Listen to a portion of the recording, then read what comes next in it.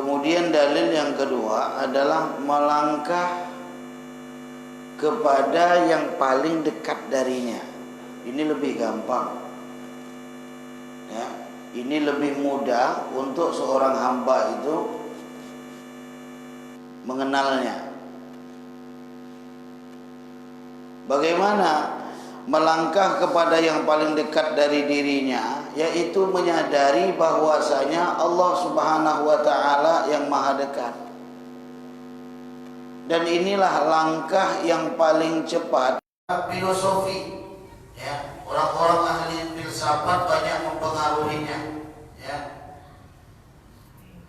Pada zaman pertengahan dalam hal filsafat, terutama filsafat Yunani, ya, dalam filsafat, atau ujung-ujungnya masuk di dalam dirinya itu suatu sifat, dari sifat yang hak itu hanya ada Allah, yaitu Al-Mutakabbir, Allah yang maha sombong, ya. Justru hal ini berbahaya bagi orang yang mengambil dalam langkah yang pertama ini. Dan pendapat para filosof sendiri pun, ya, kaum filosofi, ya, Imam Al-Ghazali, beliau adalah ahli dalam bidang filsafat. Imam Al-Ghazali ahli, tetapi kemudian semakin beliau, ya, mendalami dari keilmuan beliau, maka beliau pun kemudian mengkritik para kaum filosofi, ya, dengan menulis kitab beliau, ya, tentang tidak setujunya dengan idea daripada filsafat, ide yang dibawa oleh orang-orang filsafat pada saat itu. Ada namanya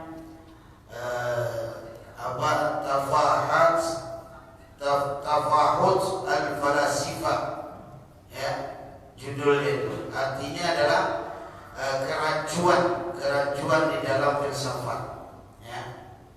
Itu dikritik oleh Imam Ghazali tentang mereka yang mengambil dalam pengenalan kepada Allah Subhanahu wa taala secara teori filsafat, ya.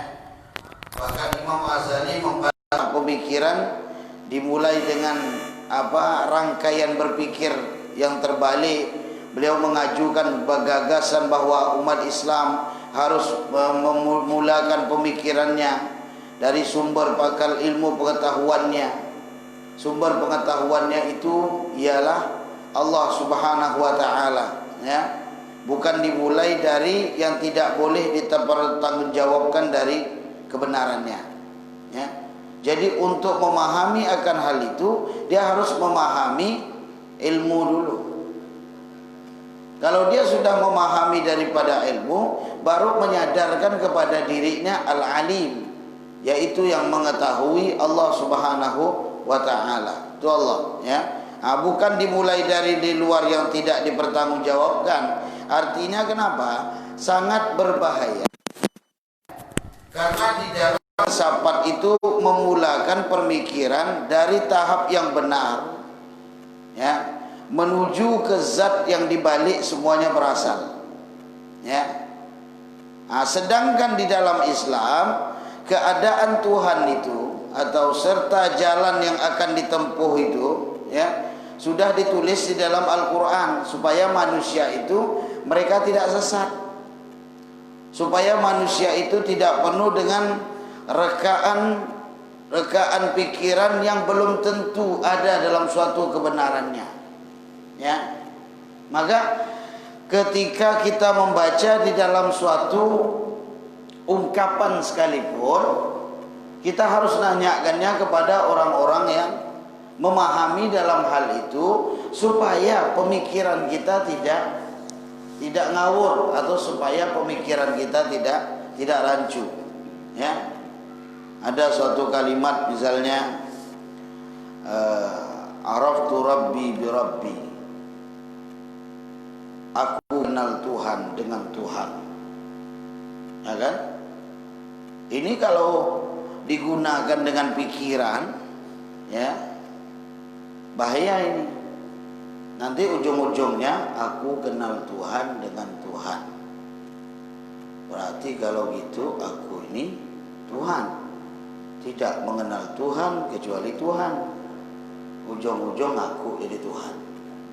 Tidak, yang saya ucapkan ini benar-benar terjadi. Ya, benar-benar terjadi. Ada laporan kepada saya, dia belajar dari malam sampai pagi. Sampai pagi dia belajar ilmu ketuhanan. Ya. Ujung-ujungnya dia pun mulai bisa untuk menetapkan hukum. Begitu lihat orang sholat, itu masih syariat. Dia itu belum sampai seperti kita yang udah makrifat.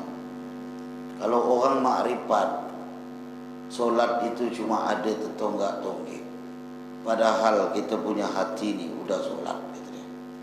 Kita punya pikiran udah sholat. Ya, ini ada.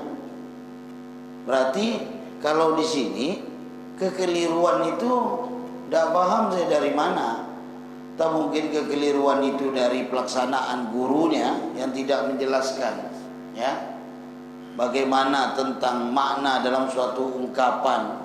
Ya, atau ketika menceritakan seseorang itu tidak menunaikan ibadatus shalah.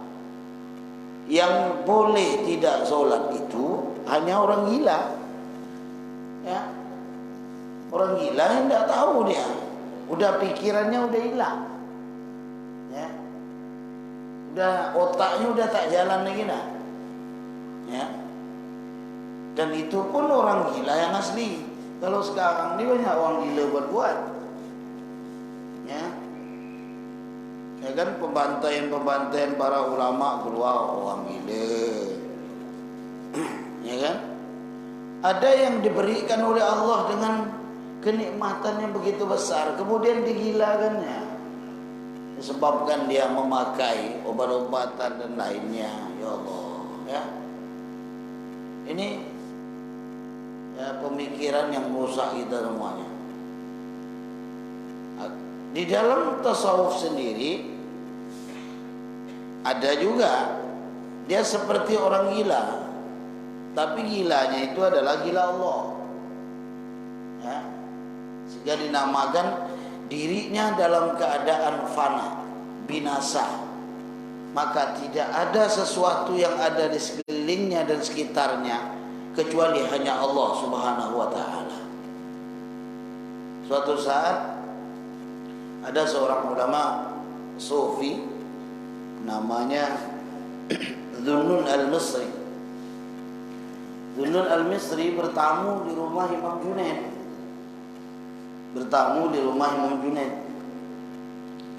Assalamualaikum, waalaikumsalam. Dan tasawuf yang kita ikuti adalah tasawuf Imam Junaid dan Imam Ghazali.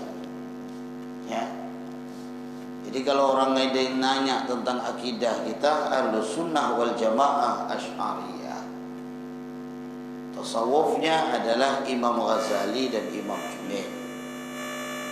Siapapun orang itu, bahkan dirinya sendiri dia tidak tahu.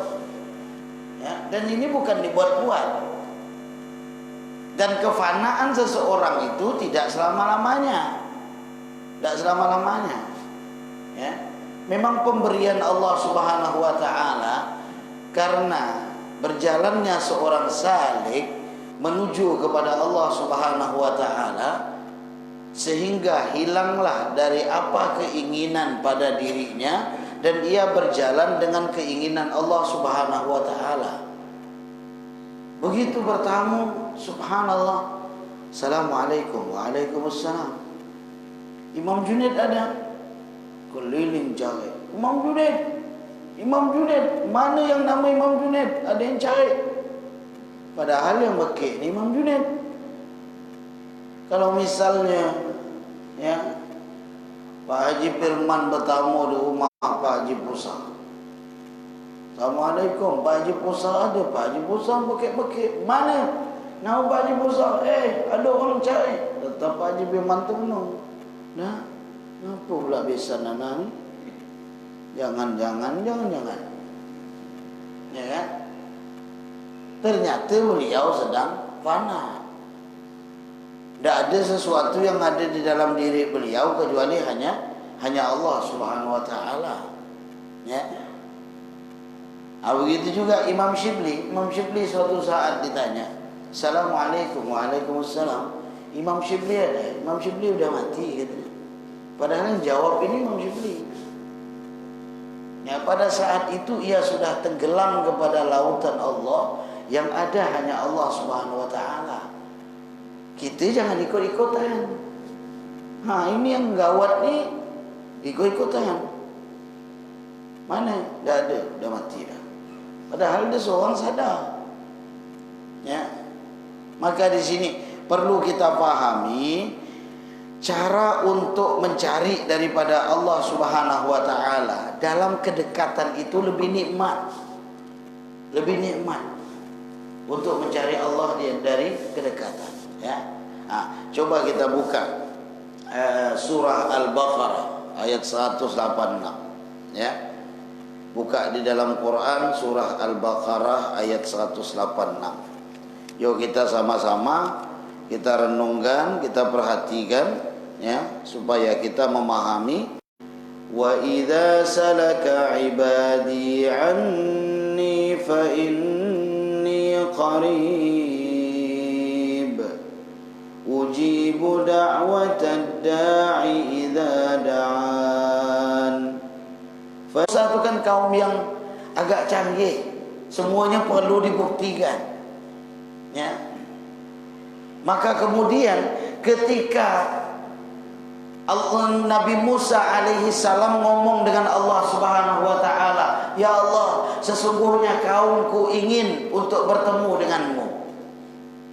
Maka kata Allah, "Ya, malam ini saya datang." Malam ini saya datang. Karena Nabi Musa bisa ngomong dengan Allah, ya. Nabi Musa kan diberikan keistimewaan kalimullah, wa kallamallahu Musa taklima. Nabi Musa bisa ngomong dengan Allah. Maka mereka pun mengadakan suatu jamuan yang begitu besar, dipersiapkan mereka. Dipersiapkan karena yang mau datang tamunya Allah. Allah ini mau datang. Mereka siapkan airnya, makanannya. Di saat mereka sedang mempersiapkan menanti datangnya Allah dan sudah mempersiapkan, tiba-tiba datang orang miskin dalam keadaan haus. "Saya haus, saya membutuhkan air." Diusir oleh mereka, "Pergi sana, kami ini mau datang ke tamu besar ini, tamu istimewa, yaitu Allah." Tidak lama lagi datang lagi orang miskin yang dalam keadaan lapar. Mereka meminta makanan, diusir lagi. "Kami ini mau datang tamu besar ini, tamu istimewa, yaitu Allah." Mereka tunggu, tidak datang-datang. Kemudian mereka menuntut kembali, "Wahai Musa, engkau katakan Allah akan datang. Kita tunggu, sudah kita siapkan dengan makanan yang begitu banyak, tidak juga datang-datang." Maka Nabi Musa bertanya kepada Allah, "Ya Allah, mereka kaumku menunggu kedatanganmu tapi tidak datang." Maka Allah lalu berfirman kepada Nabi Musa, "Wahai Musa, ketika kalian sedang menungguku dengan persiapan yang penuh dan istimewa, bukankah pada saat itu ada datang orang miskin yang dalam keadaan haus dan dia membutuhkan minuman? Bukankah ada datang orang miskin yang dalam keadaan lapar dan dia membutuhkan makanan? Kenapa kalian tidak memberinya?" Itulah aku ada bersama mereka. Itulah aku ada bersama mereka. Artinya ayuhal jamaah, ketika antum membantu seseorang itu dengan kebaikan, pada saat itu antum itu sudah tahu bahwasanya Allah Subhanahu wa taala ada bersama kebaikan yang antum lakukan itu. Ya. Karena hasil daripada kebaikan itu akan membawa dalam suatu ketenangan. Tidak ada orang setelah berbuat baik itu masam muka, itu tidak ada. Tidak ada orang setelah buat baik itu semakin galau, itu tidak ada. Pasti senang. Bahkan saking kesenangan dia, biasa tahadus bin nikmah.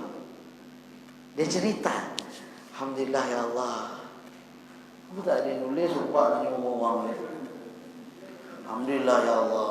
Ya. Saya diberikan kenikmatan tadi itu. Padahal duit saya itu 100. Saya pun tak nyangka kan. Saya coba ringan hati, saya keluarkan 100 itu untuk ngasih orang susah tadi itu. Ya Allah, senang rasa hati ini. Ketika orang dalam keadaan susah, saya pun ada bersamanya. Karena Allah selalu bersama hamba ketika dalam keadaan sulit, seorang hamba datang kepada Allah Subhanahu wa taala. Saya sudah menceritakan bagaimana seorang tukang cukur, kan? Udah pernah? Yang dicukur ini orang soleh.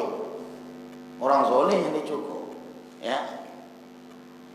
Kata tukang cukur nih biasa deh, tukang cukur yang suka ngomong loh deh. Mas, ya.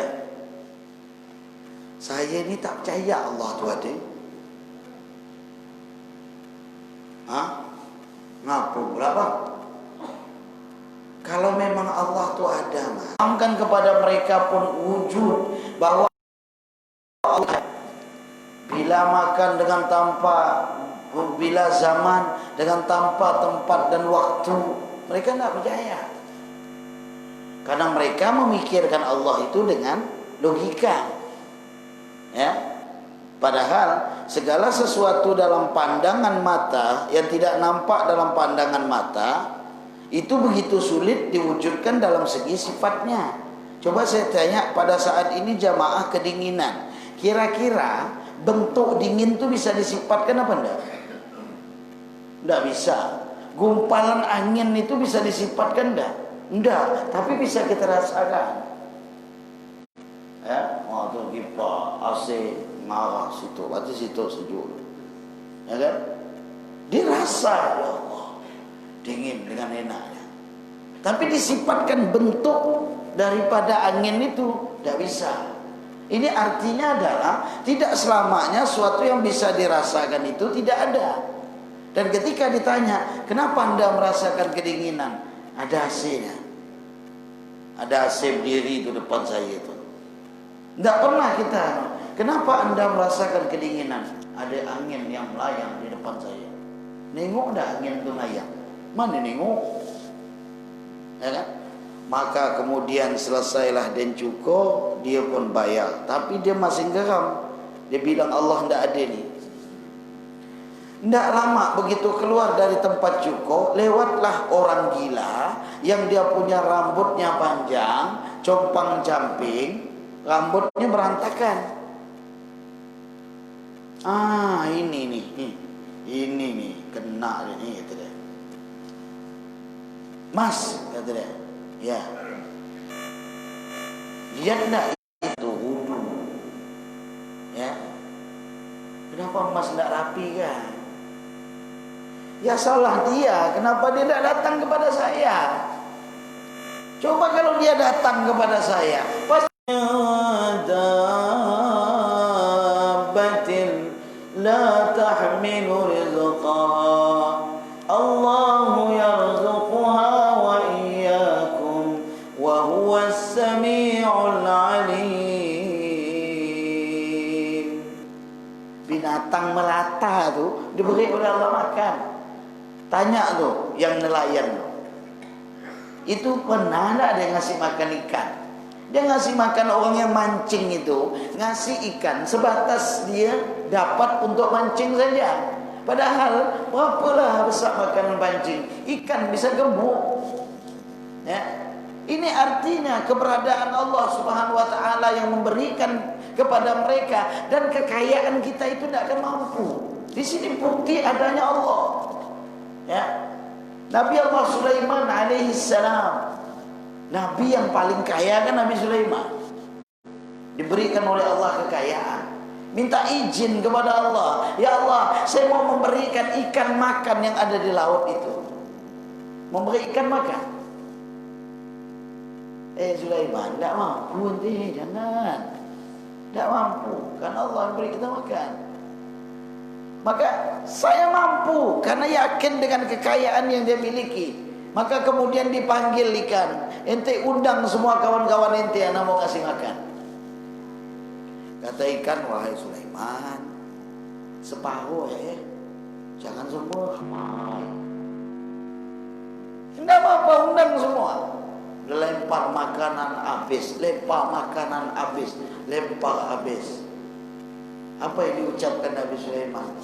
Hada min fadli Rabbi liyabluwani aashkur am akfur faman syakara fa innahu yashkuru li nafsi wa man kafara fa innallaha ghaniyyun hamid. Ini adalah keutamaan dari Tuhanku untuk mengujiku apakah aku ini bersyukur atau aku ini kufur. Maka barang siapa yang bersyukur, syukur itu untuk dirinya. Barang siapa yang kufur, sesungguhnya Allah itu maha kaya lagi maha terpuji. Jadi kita bersyukur itu bukan untuk orang lain, untuk diri kita sendiri. Ya. Tuh dalam firman Allah Subhanahu wa taala kita sering bertanya tentang keberadaan Allah, tentang Allah Subhanahu wa taala. Lalu apa kata Allah? Fa inni qarib. Kalau hamba-hambaku bertanya tentangku, maka aku ini adalah dekat. Aku ini adalah dekat. Ujibu da'watad da'i idza da'an. Aku akan jawab ya. Orang-orang yang mohon kepadaku akan aku jawab, kata Allah. Aku mengabulkan permohonan orang yang berdoa idza da'an, apabila dia berdoa kepadaku. Ya. Jadi tidak perlu antum ketika berdoa kepada Allah Subhanahu wa taala, mungkin antum misalnya berdoa, di mana keberadaan Allah kita cari. Tidak. Allah udah jawab, saya dekat. Di saat kita meminta kepada manusia, saya minta kepada Bang Ipan nih, minta gak duit? Allah dekat, lebih dekat dari mintanya saya dengan beliau. Ya.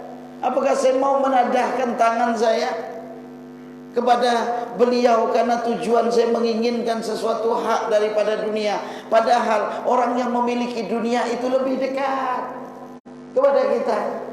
Maka munajat, minta kepada Allah. Di saat kita mengatakan Allahumma ya Rab, ya Rab, ya Allah, ya Allah, ya Allah. Terus kita sebut, kita minta dengan nama Allah Subhanahu wa taala. Ketahui Allah dekat. Ada orang di samping kita berdoa, badannya hampir nempel. Allah lebih dekat daripada dekatnya kita dengan orang di samping kita. Ya. Di situ menyadarkan dalam keyakinan kita, jangan merasakan Allah itu selalu jauh dari antum. Allah itu selalu dekat, karib. Ya. Allah itu karib, dekat. Ya. Kita tidak merasakan bagaimana kedekatan Allah. Suatu saat mungkin kita dengan dosa kita menangis, menjatuhkan air mata. Itu bukti Allah dekat. Ya. Allahumma ya Allah, hamba merasakan saat ini dalam keadaan susah. Hamba butuh ya Allah, mau bayar sekolah anak, mau ini ya Allah. Tapi harta hamba tidak mencukupi. Engkau maha pemberi rezeki ya Allah, berilah hamba rezeki ya Allah. Pada saat itu tetesan air mata kita jatuh. Ini terkadang wajar, karena dunia dengan kebutuhan kita yang tidak ada jalan keluar. Tapi kadang sesuatu yang tidak kita fahami, tapi bisa menyentuh kepada diri kita, bahkan meneteskan air mata kita. Itu bukti bahwa Allah dekat. Contohnya apa? Ya, antum ziarah ke makam Nabi Muhammad SAW. Ziarah makam Nabi. Pernahkah antum melihat wajah Nabi Muhammad? Tidak pernah. Pernah antum berdialog dengan Nabi Muhammad? Tidak pernah. Pernah antum mengucapkan salam kepada Nabi Muhammad langsung? Tidak pernah. Pernah antum melihat jenazahnya Nabi Muhammad?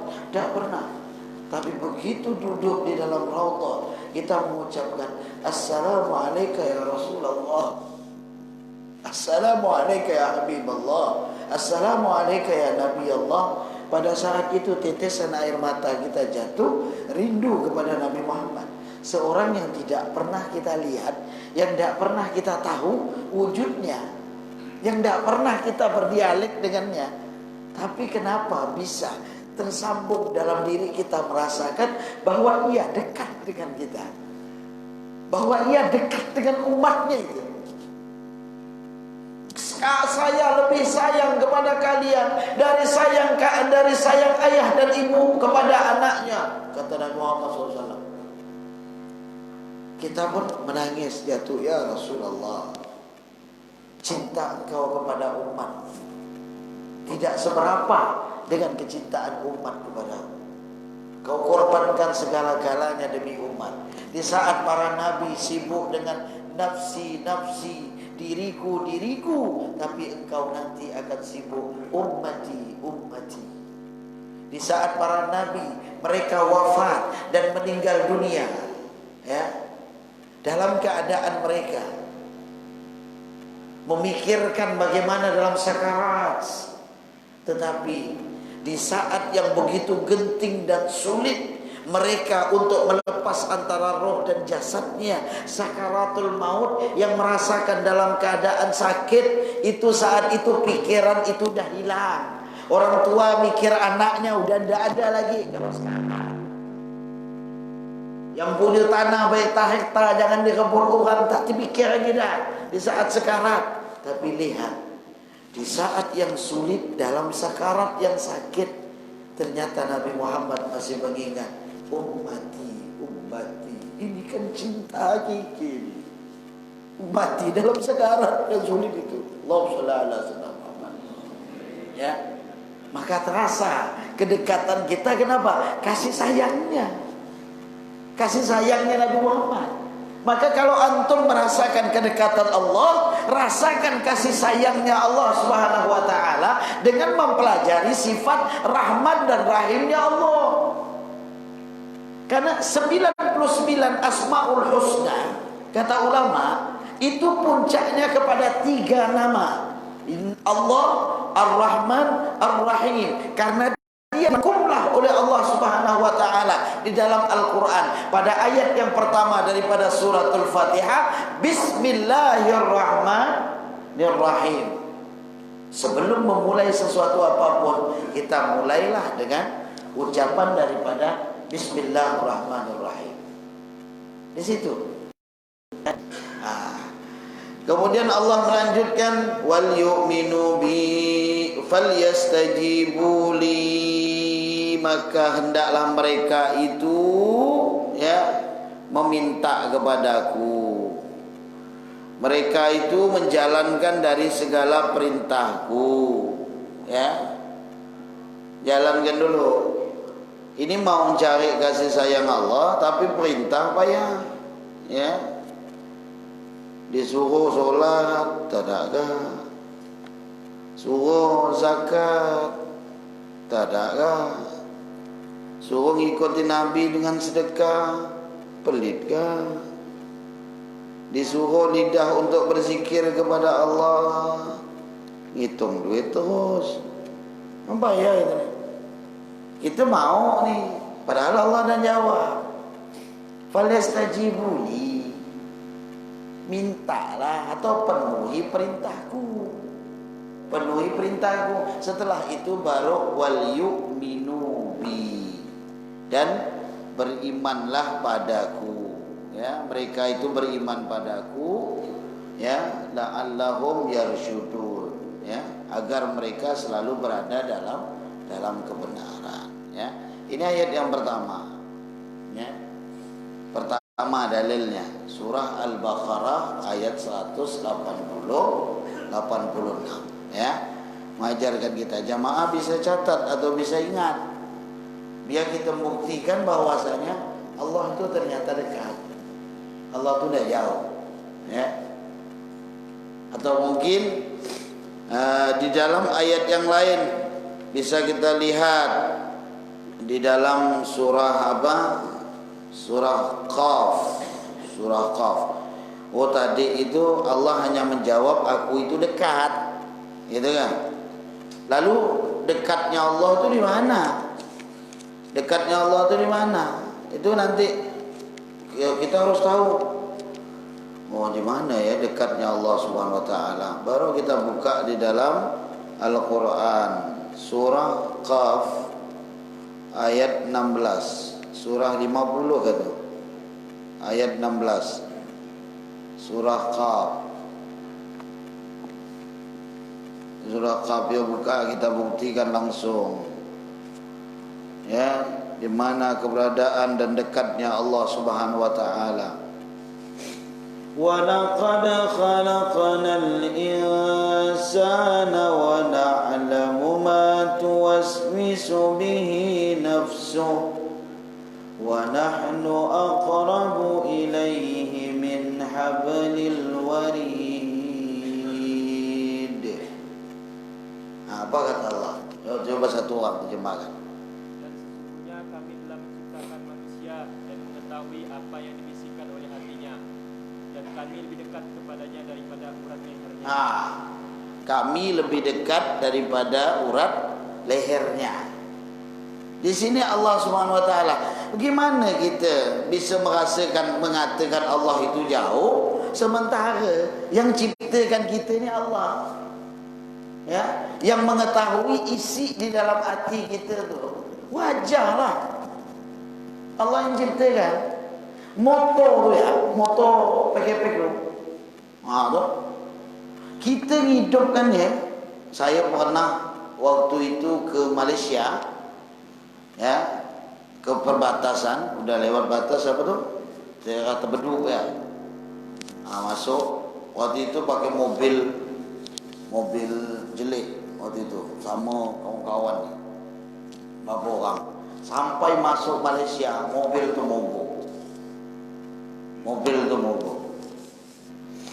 Waktu itu saya masih megang mobil Zebra waktu itu. Tahun 89. Dia lokte, dia berdorong tak ada hidup. Dia begini tak ada hidup.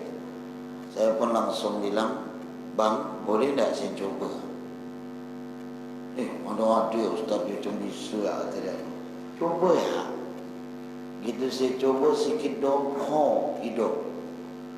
Ustaz ni pandai, padahal bukan pandai. Mobil kita sama tak? Hancur.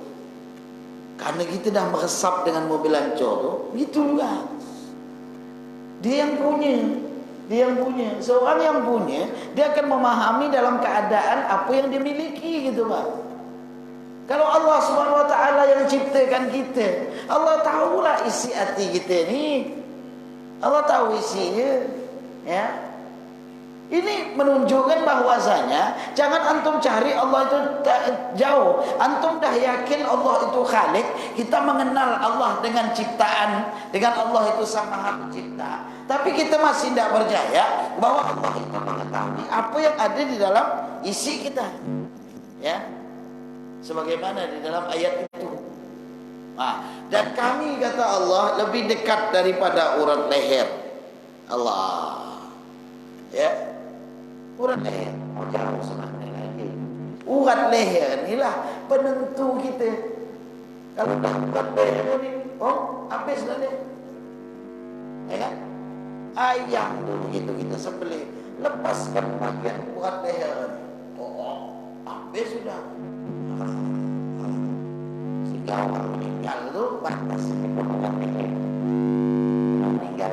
Kalau dia mau tobat, sebelum urat leher ni sampai ke sini, ke tenggorokan dia masih bisa. Tapi kalau anda kata dah sampai, selesai. Allah tak akan nerima taubat seorang hamba. Ya. Tapi kalau dah belum sampai, dia terima. Ya. Maka sebelum nyawa sampai ke tenggorokan, kita bertobat kepada Allah Subhanahu wa taala, diterima. Siapa tu? Fir'aun tu di saat muda ada diazab oleh Allah Subhanahu wa taala melalui air, ya. Melalui air, nyawanya sudah sampai ke tenggorokan, apa kata Firaun? Amantu bi Rabbi Musa wa Harun. Saya beriman kepada Tuhannya Nabi Musa dan Tuhannya Nabi Harun. Firaun mengucapkan, tapi tidak diterima oleh Allah. Kenapa? Nyawanya sudah sampai ke tenggorokan, kerongkongan sudah sampai. Maka sebelum sampai, kita dah bertobat kepada Allah. Saat masih sadar, beruntunglah seorang hamba di saat dia dalam keadaan sakit, dia pun bertobat kepada Allah. Maka kata ulama, istihbabul marad qabla maji'il maut. Kita kan gini nih, kematian nih, orang yang mati mendadak tu bagus, tak menyusahkan orang, kan gitu ya. Padahal menyusahkan diri seorang. Dalam kitab itu saya baca, istihbabul marad qabla maji'il maut. Artinya apa? Sangat disenangi seorang itu sakit dulu baru meninggal. Sakit dulu baru meninggal. Karena kenapa? Di saat sakit itulah kesempatan dia untuk bertobat ada. Ya, manusia kan biasa kalau dah sakit baru ada tobat. Kue kroket, kue blodau, dah sakit, baru ada sadar kan gitu. Ada kesempatan. Yang kedua, penyakit ini gugurkan dia punya dosa. Tiap sakit itu. Sehingga kalau antum dalam keadaan sakit, ingat, saya ada baca dalam kitab apa, Mawaizul Qushariyah, saya baca tu. Ini ngambil hikmah ya. Judulnya sakit itu nikmat. Dari mana pula sakit itu nikmat? Nama sakit tak nyaman lah. Situ sakit nikmat. Ketika sakit, Allah utus 4 malaikat. Yang pertama ngambil dia punya rasa, sehingga makan pun mulai tak nyaman. Sekarang ni kan tanda-tanda orang kena corona, ciuman tak ada, rasa tak ada. Jadi tiap hari itu cium dah terus. Cuma masih ada bau, oh belum corona saya ni. Ya, kemarin ada beberapa orang cerita, Ustaz, saya tak ada penciuman. Padahal solar saya cium, Ustaz, masih tak ada bau. Ya ke? Nanti duduk agak jauh sana sikit. Jangan salam ya balik ya.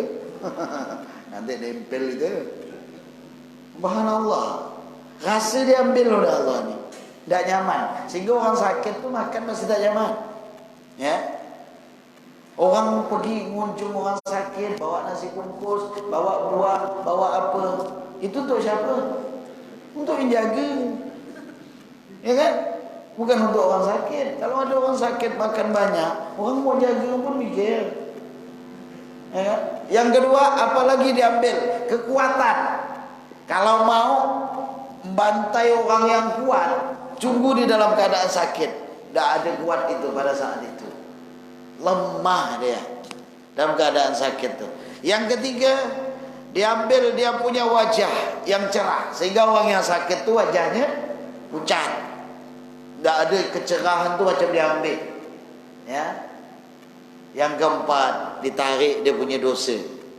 Satu-satu dibalikkan. Dia punya makan pun dah mulai nyaman. Ya. Yang asalnya makan bubur yang mulai dah nasi bagi kambing. Ya kan? Kemudian nanti pun dia punya kekuatan dah mulai pulih. Dia punya wajah pun dah mulai cerah. Malaikat yang keempat ni nanya, ya Allah, bagaimana dengan dosanya? Dibalikkan dah.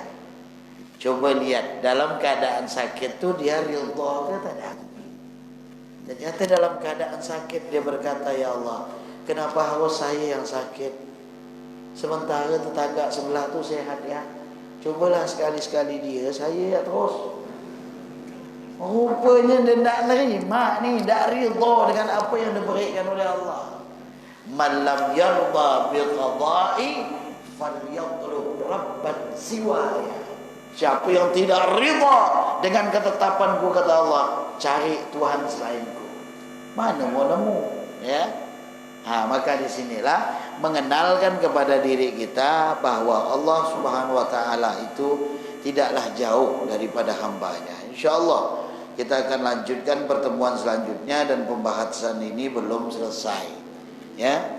Semua yang saya sebutkan tadi adalah ayat-ayat Allah, Al-Quran, supaya kita merenung bahwasanya Al-Quran sudah mengajarkan kita tentang keberadaan Allah Subhanahu wa taala yang dekat itu. Mudah-mudahan hikmah ini bermanfaat bagi saya, bagi Bapak Ibu sekalian yang dimuliakan Allah Subhanahu wa taala. Mudah-mudahan dengan keberkahan majlis yang dalam keadaan sakit diberikan oleh Allah sehat walafiat. Jamaah kita yang istiqomah yang telah meninggal dunia, mudah-mudahan Allah rahmati kubur mereka, Allah rahmati kubur kedua orang tua kita. Mudah-mudahan insyaallah ya Rabb sampaikan semuanya ziarah Mekah wal Madinah li ada'il haji wal umrah wa ziyarat qabri nabika Muhammadin sallallahu alaihi wasallam. Ya Rabbana tarabna wa annana asrabna